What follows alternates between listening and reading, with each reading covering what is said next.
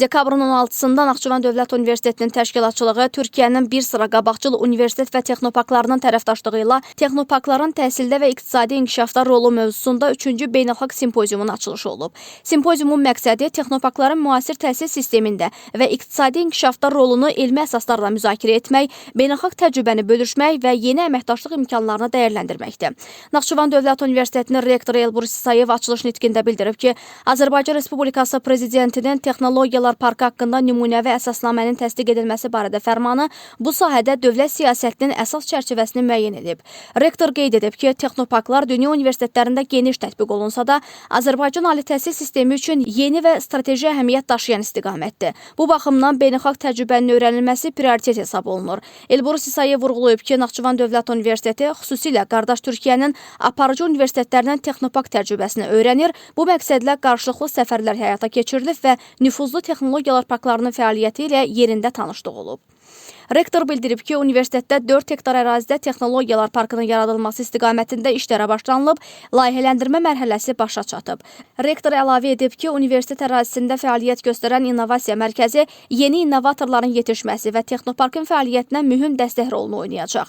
Simpoziumda çıxış edən Türkiyə Cumhuriyyətinin İstanbul Universiteti İqtisad Fakültəsinin dekanı Professor Mahmud Cüneyt Yenigün universitetlərin dövlət, sənaye və iqtisadiyyat arasında əsas əlaqələndirici rol oynadığını bildirib.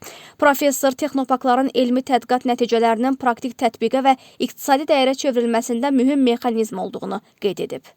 İstanbul Universiteti Cərrahpaşanın professoru Tulin Öztürk tibb sahəsində texnoparkların roluna toxunaraq bu istiqamətdə aparılan elmi araşdırmaların innovativ məhsulların yaranmasına imkan verdiyini vurğulayıb. Tədbirdə həmçinin Naxçıvan Dövlət Universitetinin İqtisadiyyat və İdarəetmə Fakültəsinin dekanı Əşrəf Ələkbərov, Düzce Universitetinin dosenti Özkan Şahin, Harran Universitetinin dosenti Hasan Bardaqçı, Azərbaycan Turizm və Menecment Universitetinin dosenti Vüqar Nəzərov, Tubitak Martek Texnoparkının direktor müavini Deniz Yayla, Entertech İstanbul Texnoparkının direktoru Muhammed Kasapoğlu, Düzce Texnoparkının direktoru Professor Resul Kara və Zonguldak Texnoparkının direktoru Ferdi Kesikoğlu'nun çıxışları dinlənilib. Artıq 3 ildir ki, Naxçıvan Dövlət Universiteti günümüzün ali təhsil müəssisələrinə vacib olan bir mövzusu ətrafında beynəlxalq tədbir keçirir. Bu texnoparkların təhsildə və iqtisadi inkişafda rolu ilə bağlıdır. Bilirsiniz ki, universitet sənaye əməkdaşlığı üçün texnoparkların mövcudluğu və onun fəaliyyəti ən əlverişli, ən təcrübəli bir seçimdir.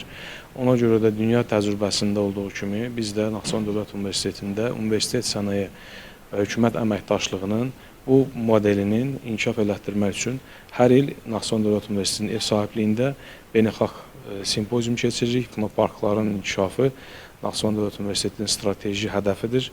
Buna görə də universitetimizdəki kampusun 4 hektarı təxminən yeni texnopark binalarının inşası üçün nəzərdə tutulubdur və bu inşa 2021-ci ildən başlayıb.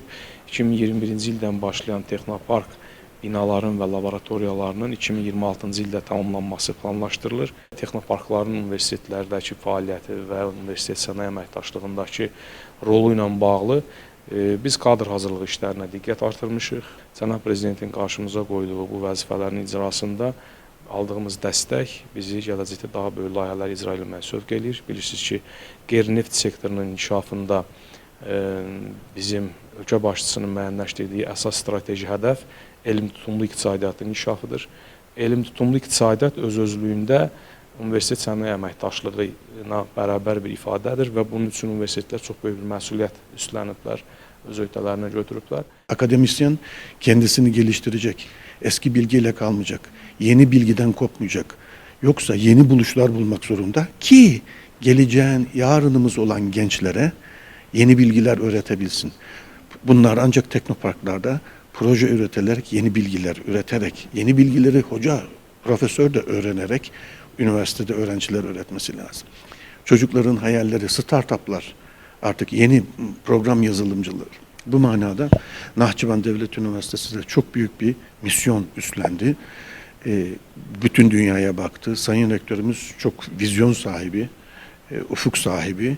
Dünyaya bakıyor, her tarafı geziyor, dolaşıyor ve bütün bunların teknoparklarda olduğunu da gördü.